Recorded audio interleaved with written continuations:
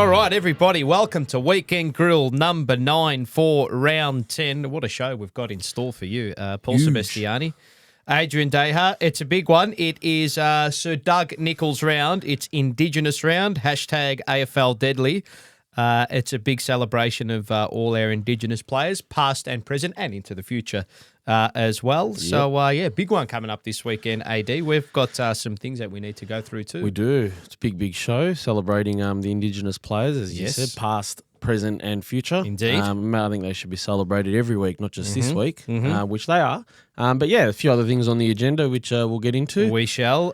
We'll be talking about the OG rivalry. I'm not going to tell you who those two teams are, but you can maybe kind of figure that one out for yourself. We'll talk about rivalries in general as well. We've got a few big rivals coming up head-to-head against each other this weekend. Keeping the Wolves at bay. We've got a trio of teams doing so in the AFL at the minute, which we're going to refer to. Who's cooking? Back for another week, as it will be from now until the end of the season. Our top 5 players and top 5 teams, our seeds at the moment. And then we'll get into our round 10 preview. But let's get into it. We thought we'd start the show on a... Not that we don't start the show on a nice note. And don't forget as well, we'll get into the audience questions in between who's cooking in round 10 as well. So thanks for sending those in. But we'll start the show off on a positive, in a positive light. Are we negative? I wouldn't say we're negative. I think we critique Some fairly. people reckon we're negative. It's a couple of unhappy, That's okay. Unhappy viewers. Good, that's fine. That's I love all right. it. They're still viewing, aren't they? Absolutely. Of course they all are. feedback's welcome. Yeah, all feedback is welcome. Now, your favourite, and this is open to the audience as well, leave it in the comments or on Twitter or wherever you leave your comments. Your favourite Indigenous players, AD? Now, it doesn't have to go in any order. It can be whoever comes to your mind straight away. First one, obviously, in my day when we think about Indigenous players, is Lance Franklin. Oh, yes. I've also got Sean Burgoyne up there. Yep. I have Eddie Betts, Andrew McLeod, Adam Goods, Andrew Cracker. Now, the next 2 players I'm going to name, in my opinion, were super talented, and for whatever reason it may be, somewhat not waste of humanity, but waste of football talent, if you want to put it in that way. They could have been anything. Both super talented. They are Chris Yarran and Andrew Lovett. The Essendon Andrew Lovett and the Carlton version of Chris Yarran. Wow. 2 players there that were, I believe, when I watched them, were very special. I actually grew up very close to Andrew Lovett, and he is a gentleman, and was and still is. And unfortunately, things took a turn with his career. But those two players in particular could have been anything. But look, you got Buddy there as well, who's still going around. I think, it's obviously subject to opinions, but I think he is the greatest ever Indigenous player. Yeah, it's obviously, look, there's going to be a lot of talk back about it, of and that's fair enough. It's a debate is healthy. We like it, but I do also believe Sean Burgoyne is rivaling him. And then obviously we can't forget Andrew McLeod and Eddie Betts. Andrew McLeod, back-to-back Norm Smith medalist, massive. We should celebrate him every week. Yeah, but, Andrew. Of course. My favourite of all time is Andrew McLeod. Yeah, I thought he's just every time I not that is he forgotten about? I don't know. I just never see him in the discussion of I don't think he's quiet. He's probably gone not into the wilderness, but he probably doesn't focus a lot on the media and all that sort of thing. You got Sean Burgoyne and Eddie Betts that have moved into the media. Correct. Yeah. I will Andrew say Cracker as well. I don't think Andrew McLeod is one of the best Indigenous players ever. I think he's just one of the best players ever. Yeah. Regardless of race, I think he's just one of my favourite footballers of all time. I love watching him play, and I love seeing old highlights of him. And he has kept as fit as a fiddle. Is he still? Is he still kicking? He's shredded, beast, like an animal, absolute animal. I think he might have his own grog business off the top of my head. Is he really? Yeah, I think he might. That's actually pretty cool. Spirits or something like that. Maybe someone should let us know. Yeah, he can sponsor us if he'd like, if he's watching or listening. Oh, we got a funny story about alcohol coming up soon. Okay, right, yeah. No, we can get into that. Later. So for mine, it's definitely Andrew McLeod. He's I adored him. I loved him. Outside of that, you've got Graham Farmer back in the when TV was still black and white. Yeah. And then you've got Eddie Betts, obviously being Carlton. He's one you have to mention. Adam Goods was.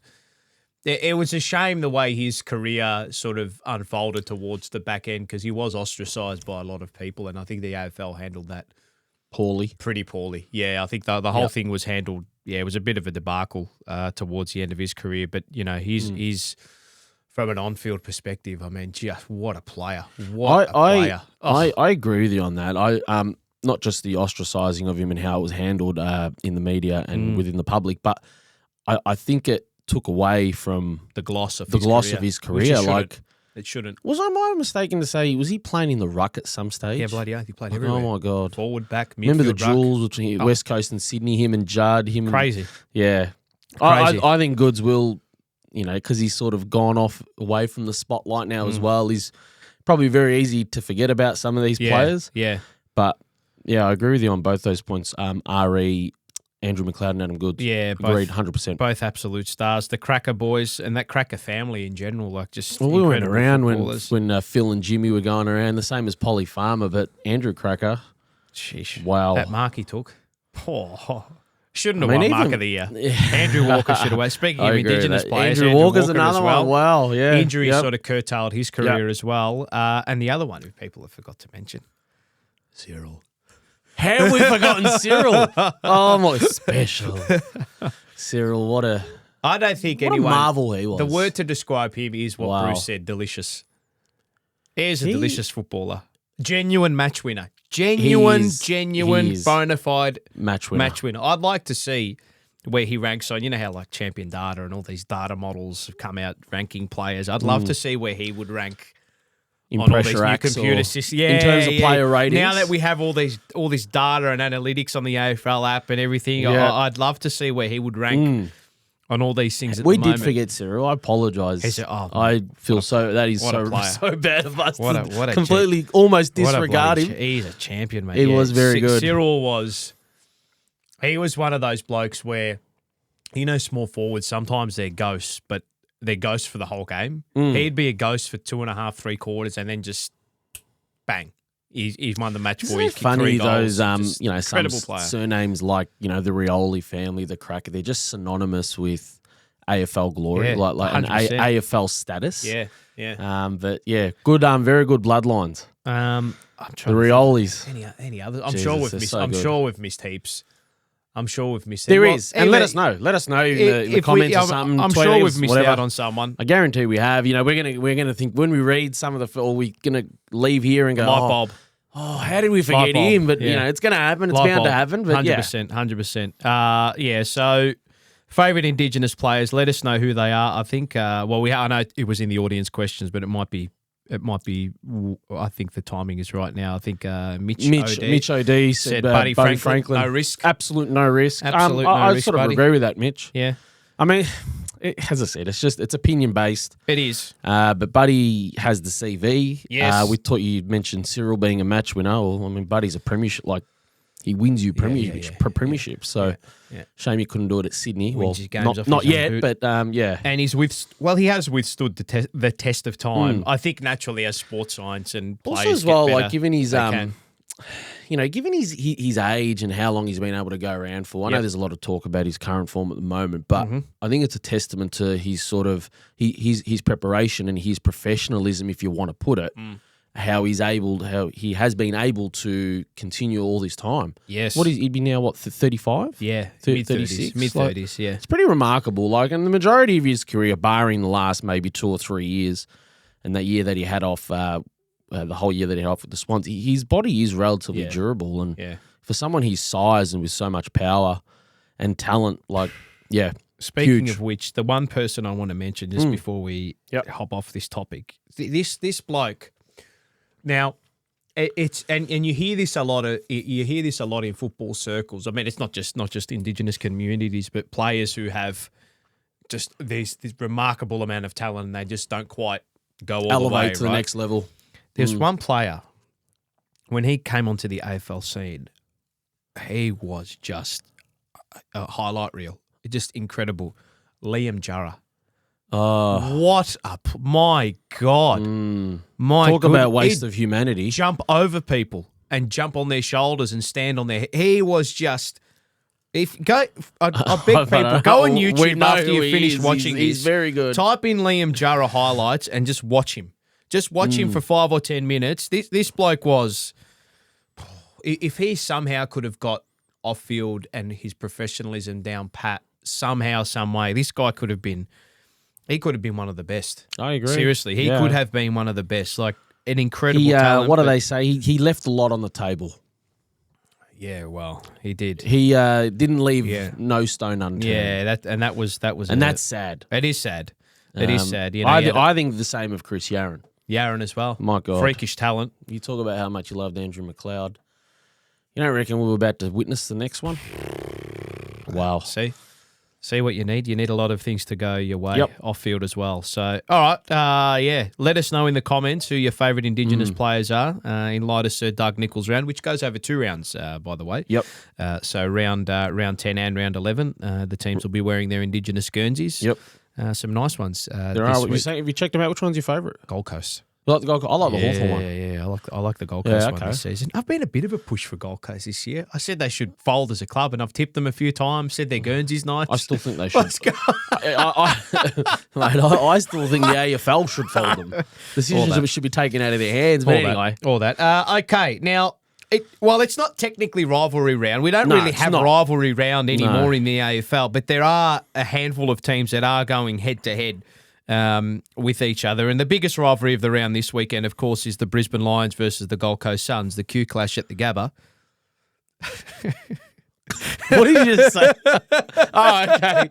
Sorry. Yeah, that's huge, mate. Oh, it's that'll be getting viewers left and right, that one. Well, they will pack out the Gabba for that one, I think. I agree. Brisbane are flying too. They are going very well at the moment, and we'll get onto them in a minute. There are 2 big rivalries coming up this weekend. Essendon. Made me laugh. I can't believe that. That's so good. I knew I'd catch you off with that one. Essendon versus Richmond. That's a big rivalry. That is. At the MCG, 7:40 p.m. Australian Eastern Time. Two OGs. And that is that is the dream time at the G game. What a celebration. It is, yes. That'll be huge. But the rivalry, this is the OG rivalry. This is the original gangster. The rivalry to defeat all rivalries. This is the biggest rivalry in Australia, and I don't care what anyone says. I really don't care what anyone says. In Australian sports history, Carlton and Collingwood at the MCG, sold-out crowd, primetime football, and it's a perfect scenario as well. You've got one team with the backs against the wall, and you've got another team flying in the Magpies. The stage is set as people would now, say. not to get involved in the game. No, let's talk about what it means. But what do these rivalries mean to you, AD? They're pretty big because it's make or break your weekend, maybe even make or break a year. Yeah. I mean, look, as you said, irrespective of the game this week, let's talk about the actual rivalry itself. Yes. What does it mean to me? Well, what a lot of people won't know is up until I was about 5 years old, I was actually a Collingwood supporter. Well, there you go. You didn't even know that. I didn't even I know you didn't know that. I kept that on the low. God. So I went on my first family holiday to the Gold Coast in 1999. Coincidentally, right. Okay, this is how I changed. Okay, you know where I'm going with this? The Millennium Game. Exactly where you're going with. So the Millennium Game happened, and I was a 5-year-old boy, and up until Fev had kicked those 20 goals at the G or whatever he kicked, I was a Collingwood supporter. Not that I remember much about it, but I do remember a couple of things. We have some family members in my family, extended family, that are Collingwood supporters, and hence why I started to follow them. Right, okay, yes. My old man, when he first came to this country, he supported Carlton, obviously, because the people he hung around were all Carlton supporters. Our church was in Rathdown Street. It's logical to go for Carlton. Yep. And I remember vividly the turning point as to why I ended up being a Carlton supporter was basically something along the lines of my dad, basically, in a funny way, not in a demonstrative way, something along the lines of, if you want to sleep in this household, you are not following Collingwood.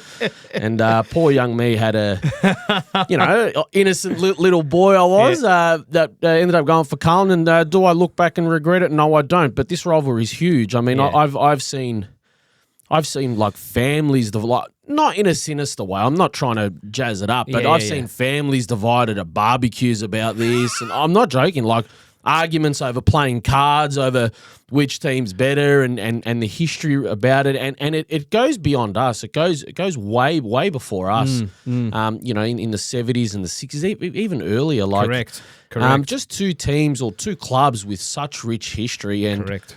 There is a lot on the line when these two clubs come up against each other, and I think no doubt it's been heightened in the last 2 or 3 years. There was a bit of a period, maybe COVID or just pre-COVID, where like one team was successful, the other one wasn't going as well. But there's a lot of feeling going into it. It means a lot. The fans certainly love getting into it. I mean, I know all the people that I associate with, they love getting into it, and people who watch this show. I mean.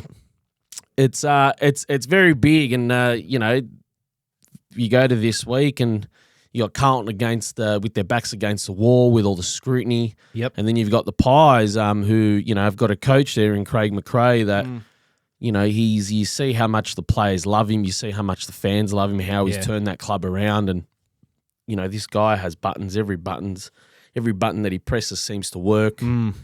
And he's got a lot of avenues, and they are going to be at the top of the ladder this year for a long, long time. And Carlton has it against them this week, as it would seem. And it all builds up to a big crux and a big what do they call it? The apex. It does. At the it top. is. So Carlton's got it in front of them, and if, as we both know, if it doesn't go their way this week. Multiple facets. It's going to be a disaster. But what does it mean to you, Paul? Talk about the rivalry. I'll echo your sentiments as well. I think you summed it up very, very well. To me, it's a situation of like these rivalry games are. It's a situation of, as I said, make or break your weekend. And the fact that it's on a Sunday as well, it basically will set your tone for the next month, I think. Because it's as a supporter? As a supporter, right? And I think these type of rivalries, and I think Carlton and Collingwood in particular, there was a spark lit last season. And I think it was dwindling down just a little bit. No, it wasn't as heated as it had been. Yep. And then those two games happened last year, and everybody remembered, this is what it's all about. Like two huge clubs, sellout games, massive games, close games. And you look at the history between these two teams, and it's almost even keel. Carlton edges ahead with premierships and grand finals won between the two teams, but I think Collingwood in recent history has been the far superior team, and at the moment is the far superior team, I think. But as we know with these rivalry games, and Essendon and Richmond can attest to this as well, the form guide almost goes out the window. To an extent, with a lot of these games, it's a bit of a cliche in these games. No, but it's certainly relevant. But there's going to be some heat. Now you mentioned divide at family barbecues on it, mate. I've seen brawls at the ground. We don't condone violence. But I have seen brawls at the ground, and there were some last season. So yes, rivalry round. It's a big thing in AFL. Was it with Carlton supporters and Carlton supporters, or Carlton and? Probably both, to be honest. Carlton and Collingwood, and Carlton and Carlton, and Collingwood and Collingwood for that matter. Collingwood supporters more likely to turn on each other, no? No, it'd probably be Carlton supporters. Really. I don't know. It's much of a much. 6 of one, half of the other. It is. This is the biggest rivalry in probably Australian sports. It is. I would say. And if anyone wants to challenge, if anyone disagrees, by all means, let us know. If you think West Coast and Fremantle is the biggest rivalry, let us know. If you think the Q Clash or the Battle of the Bridge is the biggest rivalry, let us know. The Brooklyn Bridge? No, not Brooklyn. What's the Battle of the Bridge? The Sydney Harbour Bridge. Harbour Bridge, that bridge. The Giants and the Swans, that Fair one call. there where they get 5,000 to Blacktown International Stadium or Giant Stadium, whatever it is. Yeah. Moving right along. Okay, so that's the rivalry. We'll get into about the game a bit later. We shall, yes. Now, we wanted to refer to three teams this week. Now, we've called this, it's a segment. It's an added segment, but keeping the Wolves at bay. Yes. There are three teams in the AFL at the minute who are currently doing that. They are Port Adelaide, number one. Yep. So, start of the year, obviously, they had that win against Brisbane in round one. They come out and had their pants pulled down by Collingwood in round two. And there was a lot of talk, obviously, with past legends, i.e. Warren Treadrow calling for the coach's head. And for that fact, the Port Adelaide supporters that I know, which isn't many of them, but I do know a couple of them, they they were anti Ken Hinkley, and haven't they turned their fortunes around? Absolutely, they have. And the other two teams were Brisbane and the Bulldogs. Again, very similar to Port Adelaide. Yep. I can say straight out on behalf of myself, I was, as you're well aware, I was very critical of both those teams, Brisbane and the Bulldogs, at the start of the year, and they had to sort of rectify and tune up a few things, and they have done that. And Brisbane and the Bulldogs in particular are going a lot better than what – I mean, look, their record's going to reflect it, but I don't think they're getting a lot of the credit as your Collingwoods and Melbournes of the world, but Brisbane's quietly going about their business very good. They're answering all challenges. I mean, I was critical of them playing in Melbourne, obviously – easy to say after they lost to the Bulldogs, but since after the fact. But since then they have come and defeated Carlton over here. They've win. Gone and answered the challenge against Essendon, where they weren't at their best on the weekend, but they managed to get the job done. They took care of business. And then you got the Bulldogs and Luke Beveridge, and rightfully so.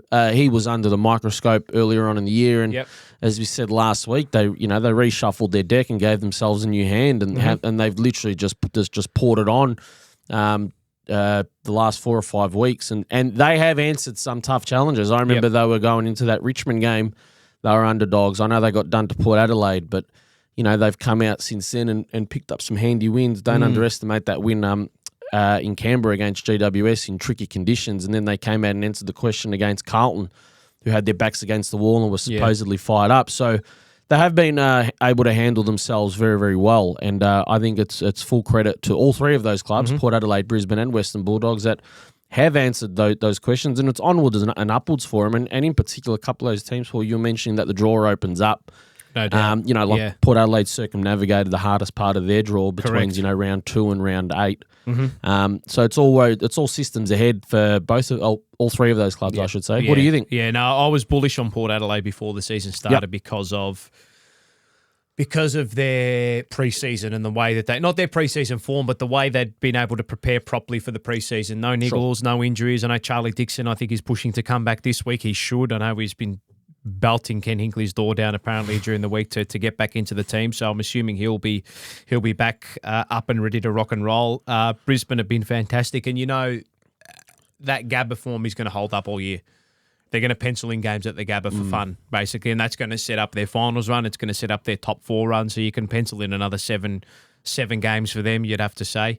And the Doggies, well, made finals last season, and a lot of questions, as you said, were made of them early in the year when they went 0-2. But since then, they've been fantastic. Absolutely no knock on them. A lot of their prime ball movement. They won 6 out of their last 7. Correct, they have indeed. And Marcus Bontempelli has become arguably the best player in the competition at the moment. It's not an argument. Well, there you go. See, I'm going to piss a lot of people off. Exactly. Yeah. And Tom Liberatore, who I think is not one of the most undervalued, but I actually think he's, as a clearance player, I think he's just a beast. I think he's incredible. The defensive work he does around stoppage is unbelievable. And then Bailey Smith, of course, he's come back. He's had no interruptions this season. I know he had a few little niggles, but the off-field stuff he sorted out clearly.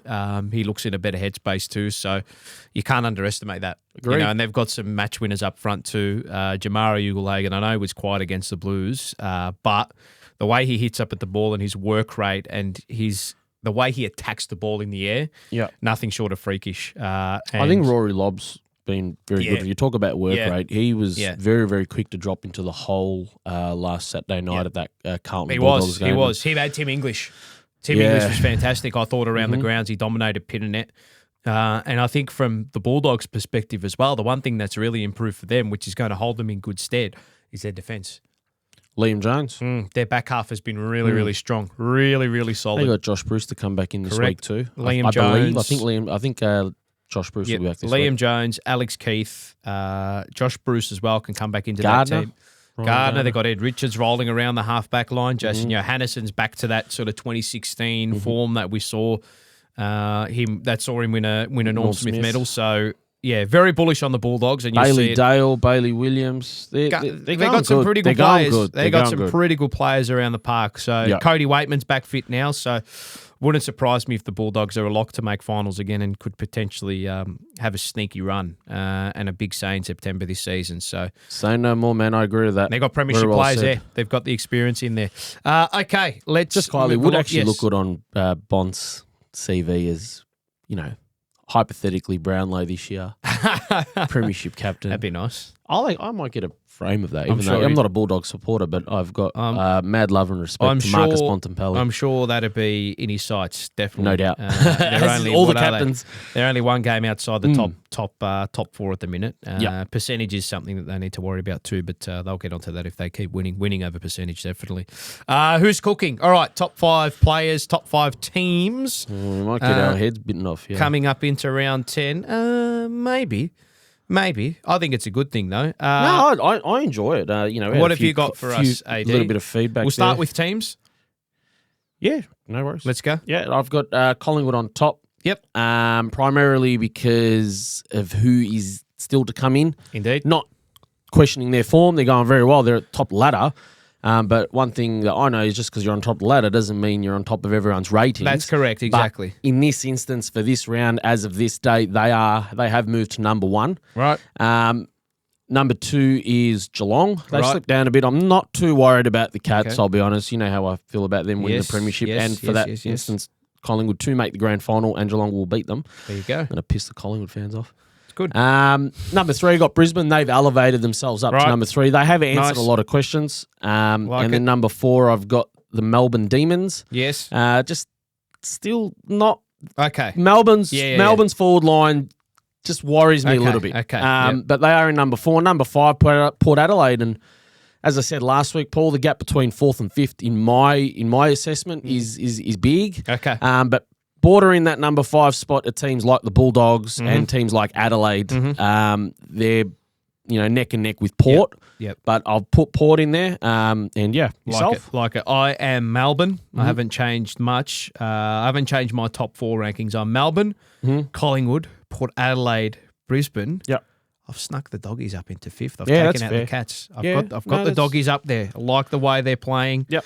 Their form has stacked up, and I've got them, in for my 5th seed. I think they can do some damage. And they've got a good game, a good opportunity this weekend as well against genuine opposition, which is going to be a great game, which we'll get onto. Players from your perspective?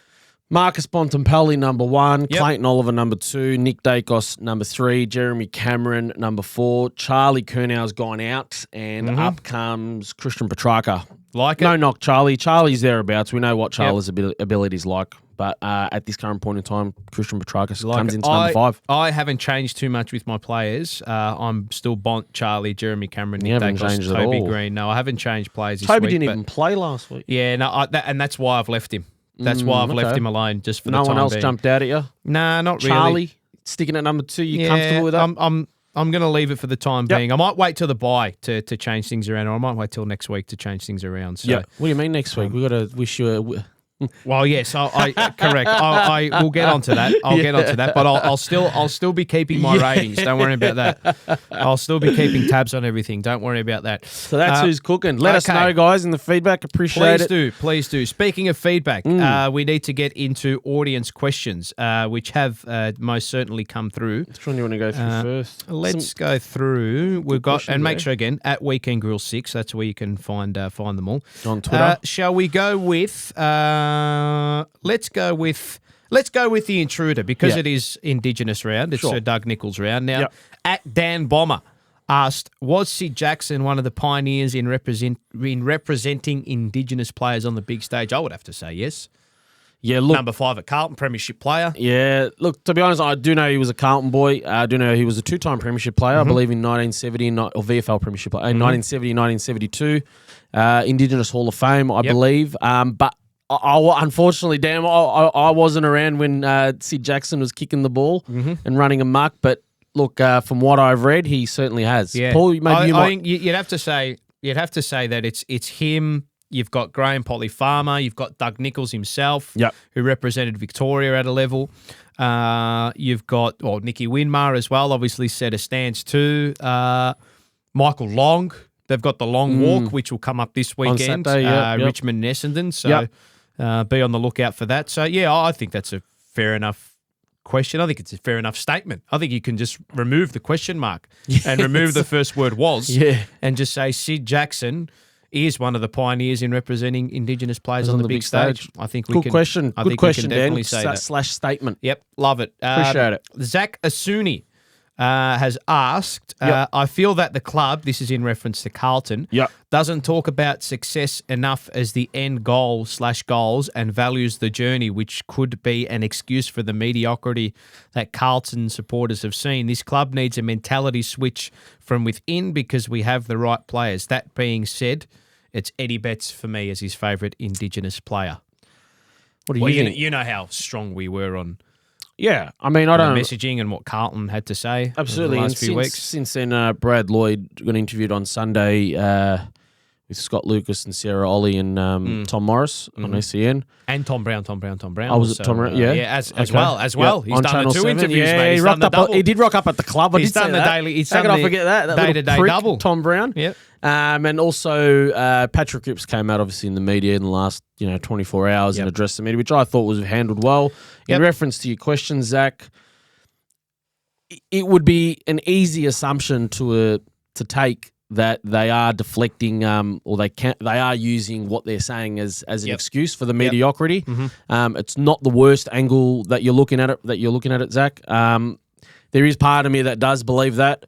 It just seems to be at the moment a little bit of mixed messaging, in terms of how they're communicating what they want to the public, and obviously how the public is actually interpreting it. So, circumstantial to interpretation, I suppose.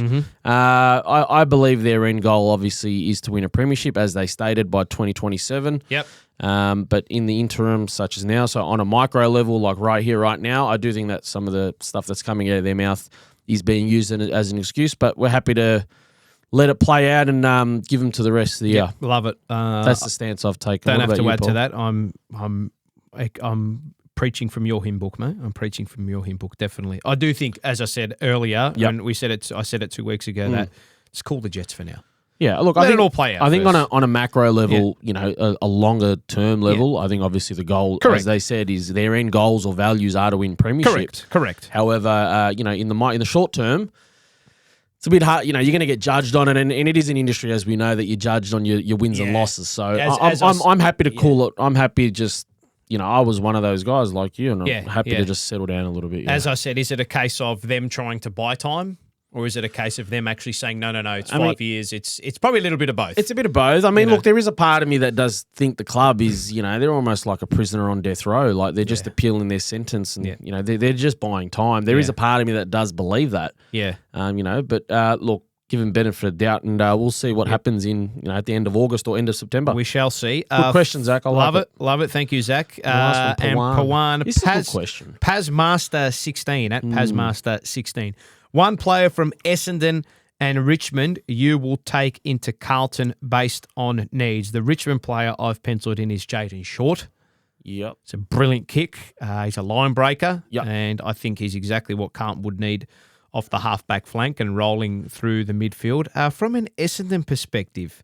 I've got a minute or so. I've got an idea. Yeah, go on. Draper. Ruckman. Yeah. Interesting. Yep. My Essendon player would be Archie Perkins. Oh, he's a very good sort of that high half forward, that third, can play as a mini tall. It was Perkins or Langford. I'm going to go with Perkins. I just think he's more dynamic around the ground. He may Love not, it. Langford's obviously their number one at the moment with Peter Wright out, but Archie Perkins, I believe, is going to be something. He's a piece of work, that kid. He's going to be really good. I'd love him at Carlton. I think it'd be great for how they would set up with the two twin towers there and then him sort of feeding off him and can take a mark. And he's crafty. It's more his craft. His football IQ is very high. Like you see the way he plays, it's unbelievable. And the player from Richmond I'd take would be Jack Graham. He runs hard. I was thinking about that. Yes, I was thinking about that. I've got a big opinion of Jack Graham. He runs hard. He breaks lines. He's a team player. He's a good decision maker. He's the guy from Richmond that I would take. I mean, look, there's a lot of them there with premiership experience at Richmond, but he's the guy catered for what I believe Carlton needs. I know it's another mid. I understand that, but I'll be honest, he would be ahead of a couple of the other midfield/wingers in our team if he was at Carlton. Yep, love it. Good question, Absolutely Pawan. love it. All right, well, that's a wrap for the audience questions. So make sure you send them in for next week's show as well. And comments, Twitter, on YouTube, wherever they may be. All right, let's get a wriggle on to the round 10 preview, shall we? The first of two What for a Sir round. Doug There's Nicholls a lot round. of 50-50 games here. Yeah, genuine flip This of the is coin hard. games. Really hard So we've work. got Port Adelaide and Melbourne, North Melbourne and Sydney. The Doggies face the Crows. Fremantle host the Cats. Lions and Suns do battle. Bombers and the Bombers and the Tigers. Hawks and Eagles, Battle of the Spoon, the OG rivalry, Carlton and Collingwood at the MCG, and then it's all finished up by a big one, Giants versus St Kilda. Got a lot of confidence there, Paul, in North Melbourne not winning the Spoon. Yeah, or that could be the case too. Okay, let's start, AD, with your tips. Port Adelaide, Melbourne. Who wins? Why? Tell us. Port Adelaide will win in the game. Okay. I think they're set up a little bit better than Melbourne this week. There's a few question marks around Melbourne. They'll get a massive in. Port Adelaide in Charlie Dixon. He should play. They're going really well. If Melbourne can isolate their two defenders, in Trent McKenzie and Aaliyah, that they do stand a chance. As I said, I'm just a bit concerned at the moment with Melbourne's forward line. I know they're performing. I know they're scoring. And I've been on the past on this show saying how they can score at a rapid rate, and that is all true. However, they come against sort of a good team defence in Port Adelaide, and Port Adelaide are low flying at the moment. Port Adelaide will be winning the game. Okay. Yourself? I'm Melbourne. I think Melbourne will win. I just think they're just humming along. Yep. They're just humming along at the moment. Just got too many weapons, I think.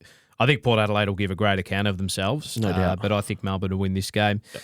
North Melbourne. I was saying Sydney. Petrarca will play. Okay, right, So because he wasn't. that's not confirmed. There was a tiny little bit of doubt over him coming into this weekend. I think Melbourne will win. Sure. North Melbourne and Sydney at Marvel Stadium. I mean, I know Sydney aren't going great guns, but you'd think they'd roll. Yeah, I do. I mean, there's going to be a lot of changes in this game. Like North Melbourne could make up to 4. Sydney could make up to 3. I mean, Mills is out. Logan McDonald's out. Sydney will win in the game. I think Sydney will end up doing them pretty easy. Yeah. But I don't know how pretty it could be. It could be something like a 80 to 40 score line. Right. Okay. Yeah. Yep. One of them. I know it's under the roof, Yep. and at Marvel it should be good conditions for both sides. But Sydney yourself. Yep. I'm Sydney. Yep. Yeah, I think Sydney will do it You comfortably. think it'll be easy? Comfortable enough. Comfortable enough. Sure. Bulldogs and Crows. I'm very bullish. Pardon the pun. On the Bulldogs, I think they will win and win quite comfortably. I think they'll win by 4 goals. Yeah, I mean, I'm a big fan of both sides. I was big on Crows last week against St Kilda. They got that job done easily. The Bulldogs, I saw them in action, obviously, on Saturday night at Marvel, and they were great. Yep. I'm going to tip the Bulldogs. No knock Adelaide. I think the Bulldogs have got a much better profile for this particular matchup. Especially at Mars. I don't know if it's going to suit Adelaide. Okay, It's in Ballarat. I like it. It is in Ballarat. Yes, it's going to be a cold one down Bulldogs there, will on the win. weekend. Yep, I think the Doggies will win I'm too. not going to go by 4 goals. I'm going to say minimum 10, but Okay. somewhere between 10 and 24. Like there you go. Like it. Fremantle and Geelong at Optus Stadium. Wow, again, Interesting game. Again, I mean, look. Interesting This game. is Geelong doesn't concern me moving forward. But Fremantle do concern me in how they played last week against Sydney, and not concern me in a negative way. Yeah. In a very positive way. So, I mean, obviously, big on Geelong. I do think Geelong will win, but don't be shocked if there's an upset here. I mean, Geelong are not at optimal fitness. They're missing a lot of key pieces. Ollie Henry's missing 2 weeks with his ruptured testicle. Oh, geez, that's some they sort of might injury. welcome back Golly. a few players or so, I've been told, for this week. I'm going to go the Cats, but Yeah. I mean, I tell you what, this is like they should have swapped this game with the Brisbane and Gold Coast game. Made Like, this the 7:30 game. this is going to be a good game. Yeah. Yeah. I What do you agree. think? What do you I think? think Geelong I think it's going to be a titanic struggle, and I think they will. I think it'll be single figures. This game intrigues me a lot. Yeah. I'm a keen observer of this game. I think it'll be a single-figure margin to the Cats. Yeah. I think it's going to be very close. Sure. Brisbane and the Suns at the Gabba. I think Brisbane will win this. Yep. Brisbane will get the job done. Yep. They might encounter some obstacles, if you want to put it, or hurdles, Yep. but Brisbane should be winning the game. Essendon, Richmond. I'm declaring Richmond as Morales. I think they can be beaten against Essendon. Yeah, Richmond for me, pretty easily. I mean, I shouldn't say that. Not easily. I mean, Essendon are in good. They are playing well. They're playing all right. They're playing well. I mean, I'm not popping back fully on the Richmond bandwagon. I mean, they had a good win last week. Questions got to be asked about that game against Geelong, by the way. Yeah. It's gonna. Yeah. Might be a probe. There might be a probe or an investigation of that game. Something was not right. Anyway, Richmond, I suspect, will be winning this game. I like it. Hawthorn and West Coast, Battle of the Spoon. I'm Hawks. firmly in the camp of Hawthorn. Hawks easily. I mean, it's hard to say that about a team that's sitting second last, or where are they last? They're second last. No, they're last. Mm-hmm. Eagles are 17th. I mean, the Eagles barely have a team. Yeah, I know, it's I know, just I know. how hard would it be to be at training? Where's the? I don't know. I suspect Hawthorn could get it. As funny as it sounds, by 6 goals. Yeah.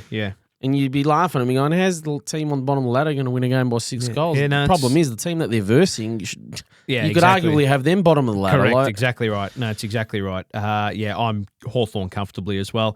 Carlton and Collingwood, MCG, I'm tipping Collingwood, but I think Carlton at the line is a good play. Yeah, I think they'll cover the spread. Here's the thing.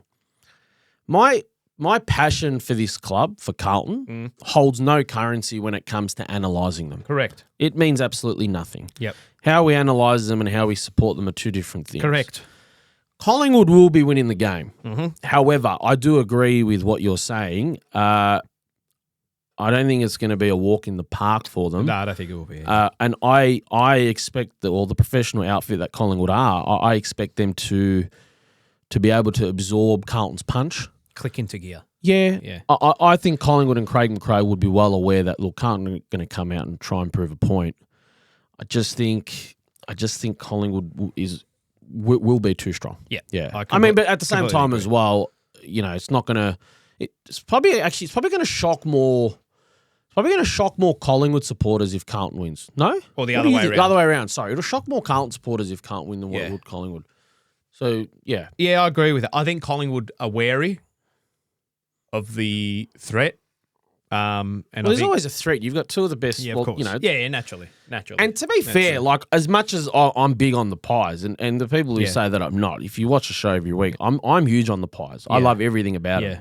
Yeah. Except their fans. No, I'm joking. I'm only kidding. But everything that they do, right, what people aren't realising is they're two key defenders.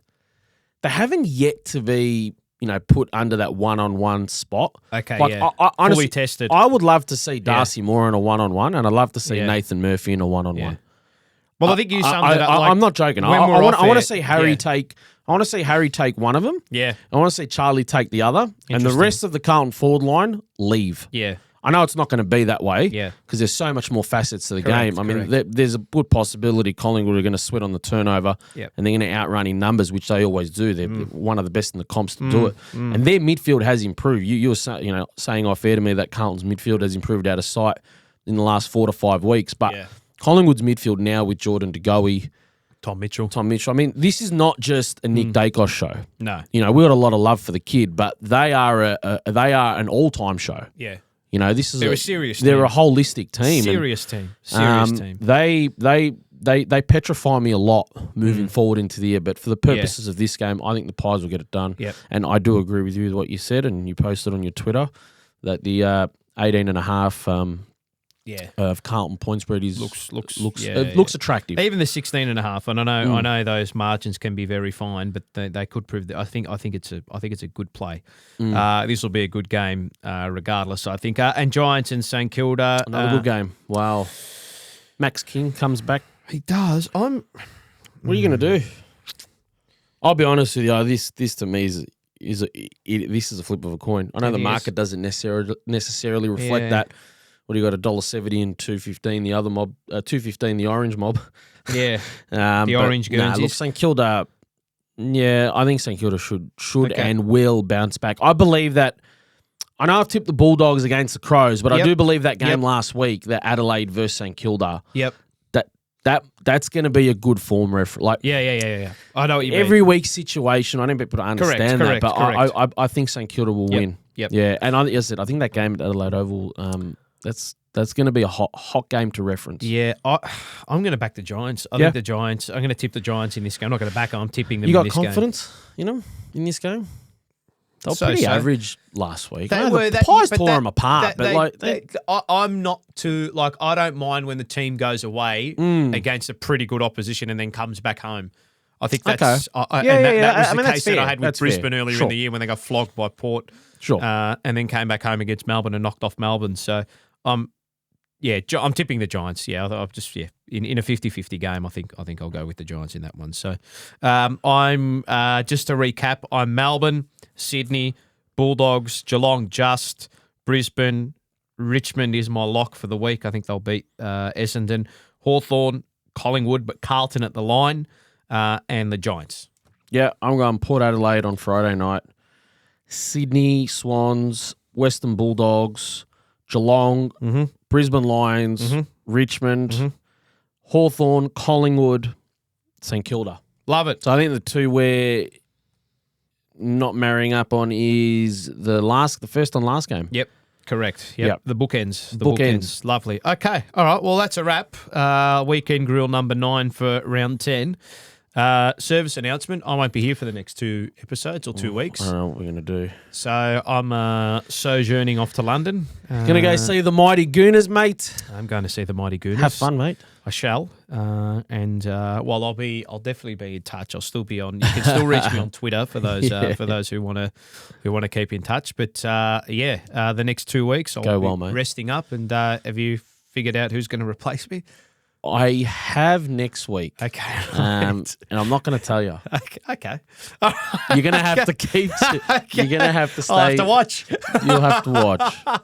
I think when you see the intro next week, I think before a word is spoken, I think you'll laugh. Okay. All right. But he'll be good. I know he'll be good. He'll bring a different element. He'll be good. He'll bring a different element. He will. Like that. I like it. Very good. Very, very good. But Paul, on behalf of me, thanks so far this year. Thank you. Obviously when you come back, you're obviously welcome back here. You know that. Well, yes. But you're going to go do something that I think is going to be awesome, and hopefully you have some fun. Yep, I'll be up 5 a.m. Come back. Sunday, London, Sunday morning, 5 a.m. I'll be up to watch Carlton and Collingwood. Get them up, at mate. the G. So I'll be in the hotel with an English breakfast. Just make sure the Wi-Fi works. Yeah, it should be okay. I think it's better than Australia anyway. 10x better than you. I think so. All right, that's a wrap. Weekend Grill number 9. Leave your comments, leave your questions for next week as well. Thank you for the feedback, everyone. Appreciate it. Thanks to all our subscribers as well. Again, we hit that 100 mark. We're looking to keep mad love and on respect building that. So to all of you. Thank you very much. Enjoy your weekend and hope your team wins. Thank you. Enjoy your holiday. Thank you very much. I'll do. Thanks, guys.